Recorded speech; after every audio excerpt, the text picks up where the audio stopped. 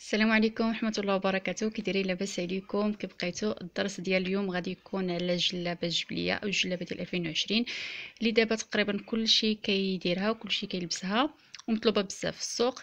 غادي نديرها معكم بواحد الطريقه اللي هي سهله بزاف، اي واحد يمكن له يفصلها كمبتدئات، ويمكن لكم انكم تفصلوها. كونوا على يقين بشرط انكم تتبعوا معايا الفيديو حتى التالي. اليوم غادي ناخذ الدرس على ورق، ولكن نوعدكم الفيديو القادم ان شاء الله غيكون على التوب، لاني وصلني التوب مع واحد السيده طلبت مني انني نفصلوا لها، وقلت نفصلوه جماعه نفصلوا معكم. الفيديو هذا بغيت نحطو خصوصا لواحد الناس لصحاباتي اللي كيدعموني واللي كيشكروني، وتا انا بدوري كنشكرهم بزاف وكنقول لهم سمحوا لي لاني ما كملتش معكم الدروس بسبب هذا الظرف اللي حنا كنعيشوا فيه كاملين، اللي كنتمناو من الله انه يرفع علينا هذا الوباء ونرجعوا لحياتنا العاديه، وحياتنا ان شاء الله اللي غادي تكون احسن مع عاديه باذن الله. خاص غير شويه ديال الصبر وكلشي ان شاء الله غيرجع كما كان. وما تنساوش الاشتراك وابوني والدعم والدعوات اكثر من كل شيء، وشكرا لكم بزاف. نبداو دابا الفيديو على بركه الله. اول حاجه كناخذوا القياسات ديالنا. انا غادي نمثل لكم في هذه الورقه. اول حاجه كناخذوا الكتف، كناخذوه من هذه النقطه هذه لهذه النقطه هذه. هذا كندوزو شريط القياس بهذه الطريقه هذه، هذه النقطه لهذه النقطه. ثاني قياس كناخذوه هو التركيز، كنجيبوه من هنايا من تحت النقطه ديال العنق بين الكتف والعنق، وكنحطوه هابط خط مستقيم على راس الثدي. وثالث نقطه هي الصدر، يعني هذه النقطه هذه هي التركيز بالضبط. نتمنى الله تكونوا شايفينها، نقربكم شويه الكاميرا. والنقطه الثالثه هي الصدر. كيفاش كناخذوه؟ كنحطوا السنتيم ديالنا هنايا، كنجيبوه لتحت البط، لتحت الابط عفوا، ما يكونش مزير، يكون شويه مرخي. هذه النقطه الثالثه. النقطه الرابعه كناخذوا القياس اليد، قياس طول اليد. كناخذوا من هذه النقطه هذه اللي كتسمى ديما هذه يعني منها كنبداو، وكندوزو السنتيم ديالنا بهذه الطريقه هذه هكا على اليد. اليد خصها تكون متنيه. علاش ما تكونش مطلوقه بحال هكا؟ لان بعض المرات السيده ما كتبغيش الكم يجيها قصير، يعني فاش ترفع اليد ديالها الجلابه ما تجيهاش قصيره. هاد لي سباس هادي ما خصهاش تبان، يعني خصها تجي بهاد الطريقه هادي وخا ترفع يديها. هادشي علاش كناخذوا هاد الطريقه هادي في هاد القياس الكم. قلنا اول حاجه هي قياس الكتف، ثاني حاجه التركيز، ثالث حاجه ربع الصدر، رابع حاجه هي الطول ديال اليد بهاد الطريقه هذه، خامس حاجه كناخذوا دوره اليد، وسادس حاجه كناخذوا دوره اليد العليا، يعني هاد البلاصه هذه كناخذوها احتياط. دابا ان شاء الله الدروس القادمه نقول لكم علاش كناخذوا هذه كاحتياط. كيبقى لنا لي هونش، كناخذوا دوره لي هونش. سميتو شريط القياس كيكون كنحاولوا اننا نلفوه على الجسم بحال هكا بهذه الطريقه هذه. اخر حاجه هي الطول، كندير من هنايا كناخذ قياس الطول ديال السيده بهذه الطريقه هذه. يعني هادو هما القياسات اللي كناخذ انا فاش كنبغي نفصل جلابه ولا قميص ولا بيجامه. هادشي كله ان شاء الله غندير لكم دروس بالتفصيل. دابا غير ناخذوا غير واحد الفكره غير باش نفصلوا الجلابه، ومن بعد ان شاء الله ندير لكم دروس سلسله ديال الدروس كيفاش كناخذوا، كيفاش كنحطوا السنتيم، كيفاش هادشي كله غناخذوه، ما تخافوش. حنايا خدينا القياسات كندوزو. فرضوا هذا هو الثوب، هذا هو الثوب ديالنا. نتوما عارفين اننا فاش كنشريو الثوب كيكون عندنا هنايا متر ونص، اذا هذا منكب، هذا العرض ديال الثوب، وهذا هو الطول ديال الثوب. الطول ديال الثوب الا شريتو الثوب بالرولو يعني بالمتر كتشريو 2 ونص. كتقول السيده عطيني قياس الجلابه كيعطيك 2 ونص، ولكن الا شريتو تفصيله راكم غادي تلقاو فيها غير بين 2.30 و 2.40. هاد القضيه بغيت نقولها لكم كملاحظه، يعني هادو من بين المشاكل الاولى اللي كنت انا كنطيح فيها.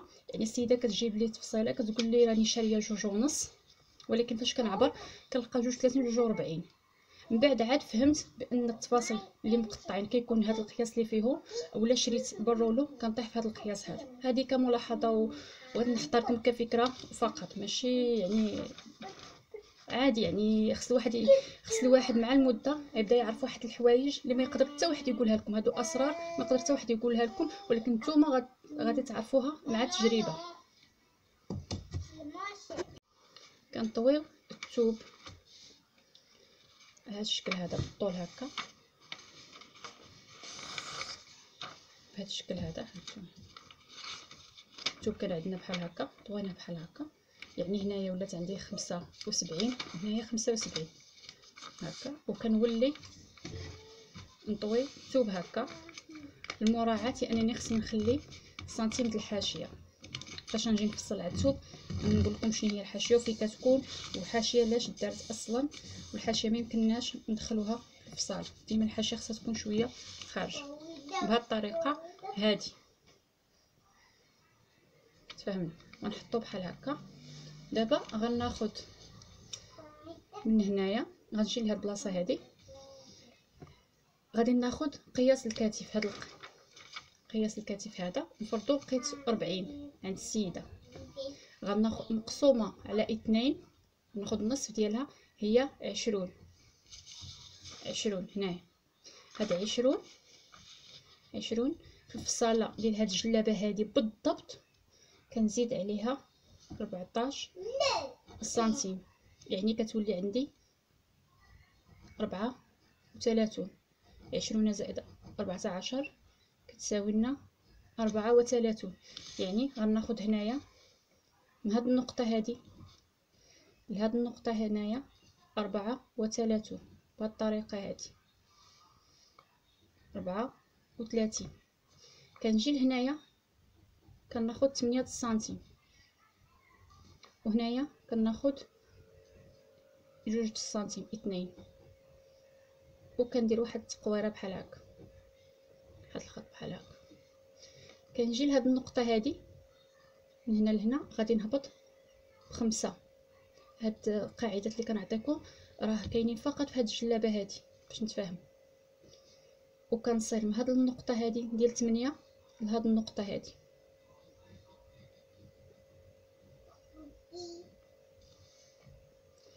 شنو كندير؟ كنجي لهاد النقطه هذه، كان خصني نحط قياس اللي لقينا في التركيز. التركيز هو هذا من هنا لهنا، نفرضو عندنا 26. غنجي لهنا نهبط بهاد الطريقه هذه، نفرضو 26 هي هاد النقطه هذه.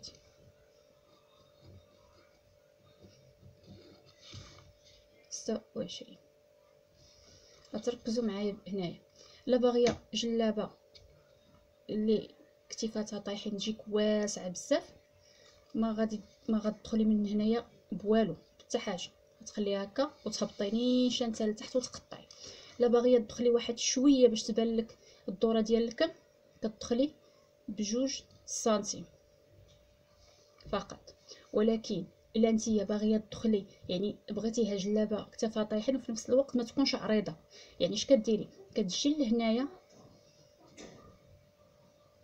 وتحطي قياس اللي عندك في الصدر ديالك، هنايا مثلا عندك 28، كتجي لهنايا كدير 28 زائد 2،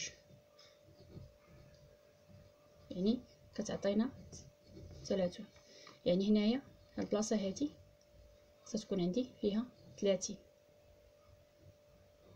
نرجع نعاود باش تفهموني اكثر. ملي كنهبط من هنايا بالتركيز قلت لكم النقطه الاولى، الا باغيه جلابه تجيك واسعه بزاف، يعني واسعه تاخديها واسعه، يعني غادي ما غتدخلي بحتى حاجه. بس بغيتيها تكون داخله واحد شويه غتدخلي ب2 سنتيم. بغيتيها تكون في نفس الوقت كتافها طايحين ولكن شويه ما واسعاش بزاف، يعني تجي شويه على الجسم ديالك ما واسعاش بزاف، ماشي قياس ستوندار. كنديروا هنايا مثلا قياس ديال الربع ديال الصدر ديالك زائد 2 سنتيم كتعطينا 30. كندير 30 فيما جاتني النقطه، كندخل مثلا 30 جاتني هنايا، كندخل هكا وكنهبط فرضوا مثلا هاد الجلابه بغيتيها نتيا فيها الطول ديالها 1.40 متر ياك، ولكن غتزيديها 6 سنتيم عفوا ديال العطفه، بين 6 و 8 كنزيدو ديال العطفه نزيدو 6 سنتيم، مثلا غنديرو 1.46 متر 46 مثلا جاتنا هنايا 1.46 جاتنا هنايا، كنديرو هكا وكنهبط، نحاول انني نصل هاد النقطه هادي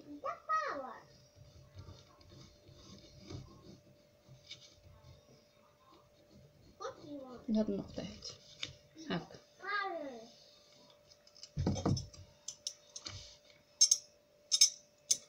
هنا كنقطع كنحيد هاد الشيء ونقطع. ديما كنبدا من جهه العنق ندور هكا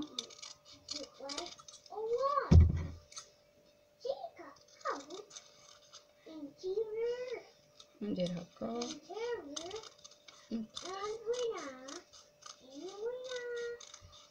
ننسى هذه الشلابه ديالي.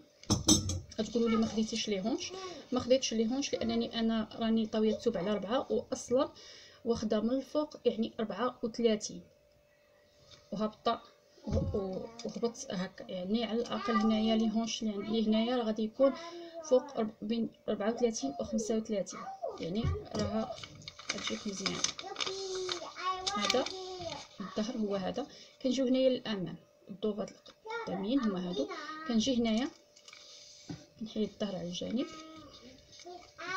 بهاد النقطه هادي ديال الجوج كنجي هنا وكندير 7، كنهبط ب7 وكنصل الخط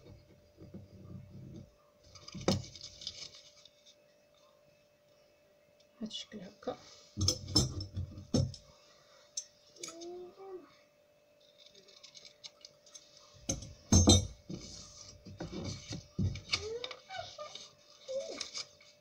هادي هي الجلابه.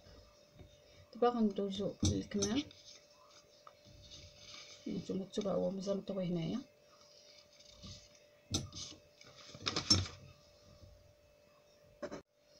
دابا غناخدو نفصلو الكمام غناخدو القياس اللي لقينا هنا.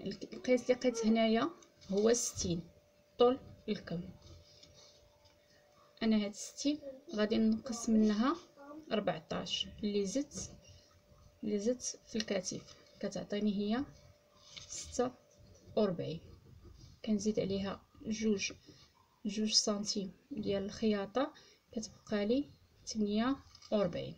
هذا هو القياس، وهادشي اللي كنعطيكم انا راني به كنفصل، ماشي مره ماشي جوج ماشي ثلاثه، فصلت به للناس وكتجي هاد الطريقه هذه زوينه بزاف وسهله في نفس الوقت. كنجي كناخد قياس الكم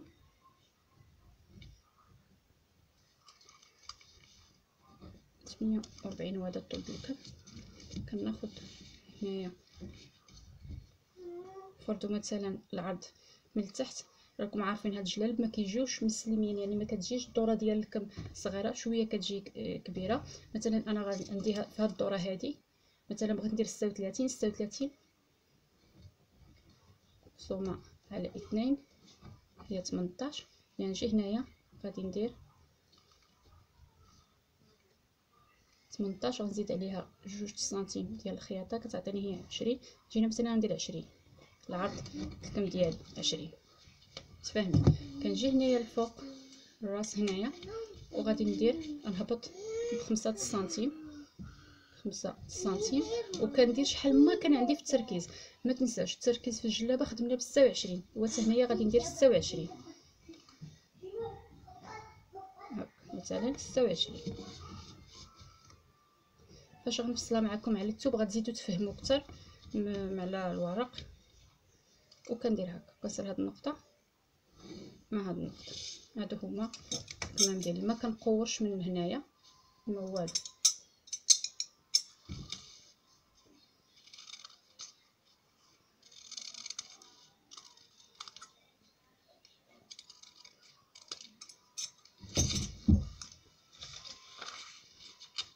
هذه هي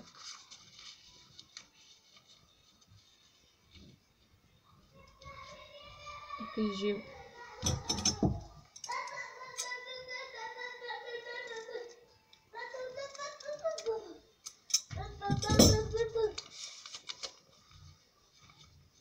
الكمام. هما هادو هما الكمام ديال الجلابه. كنتمنى انكم تكونوا فهمتوني، نتمنى من الله انكم تجربوا هاد الجلابه، تجربوها واخا غير في الوراق، وتراسلوني وتصيفطوا لي اسئله ديالكم، تصيفطوا لي انتقادات، تصيفطوا لي اي حاجه بغيتو تسولوا عليها بالنسبه للفصاله، لا قياسات لا الكبار ولا الصغار. ان شاء الله الفيديو القادم غادي نفصل معكم نيشان على الثوب، وغادي تفهموا بزاف د الحوايج، وغادي نعطيكم لي ديتاي باش انا كنفصل والطريقات باش كنفصل، وبعض الاشياء اللي كنديروهم حنايا كخياطين، وبعض الاشياء اللي حنا كنختصروا الخدمه. يعني بالنسبه لواحد ملي كيكون مبتدئ في اول مره ضروري خصو يدير باترون، ضروري خصو يرسم على الورق. غنوريكم الطرق كيفاش يمكن لكم تفصلوا على الثوب وما تغلطوش وما تطيحوش في الاخطاء اللي حنا طحنا فيها من قبل، ومع الاسف ما كناش كنلقاو شكون يعطينا نصائح. تبعوا معايا الفيديوهات القادمه ان شاء الله، وما تنساوش اللايك والاشتراك، وشكرا لكم بزاف وشكرا على الدعم ديالكم، وبالتوفيق لنا ولكم وجميع المسلمين.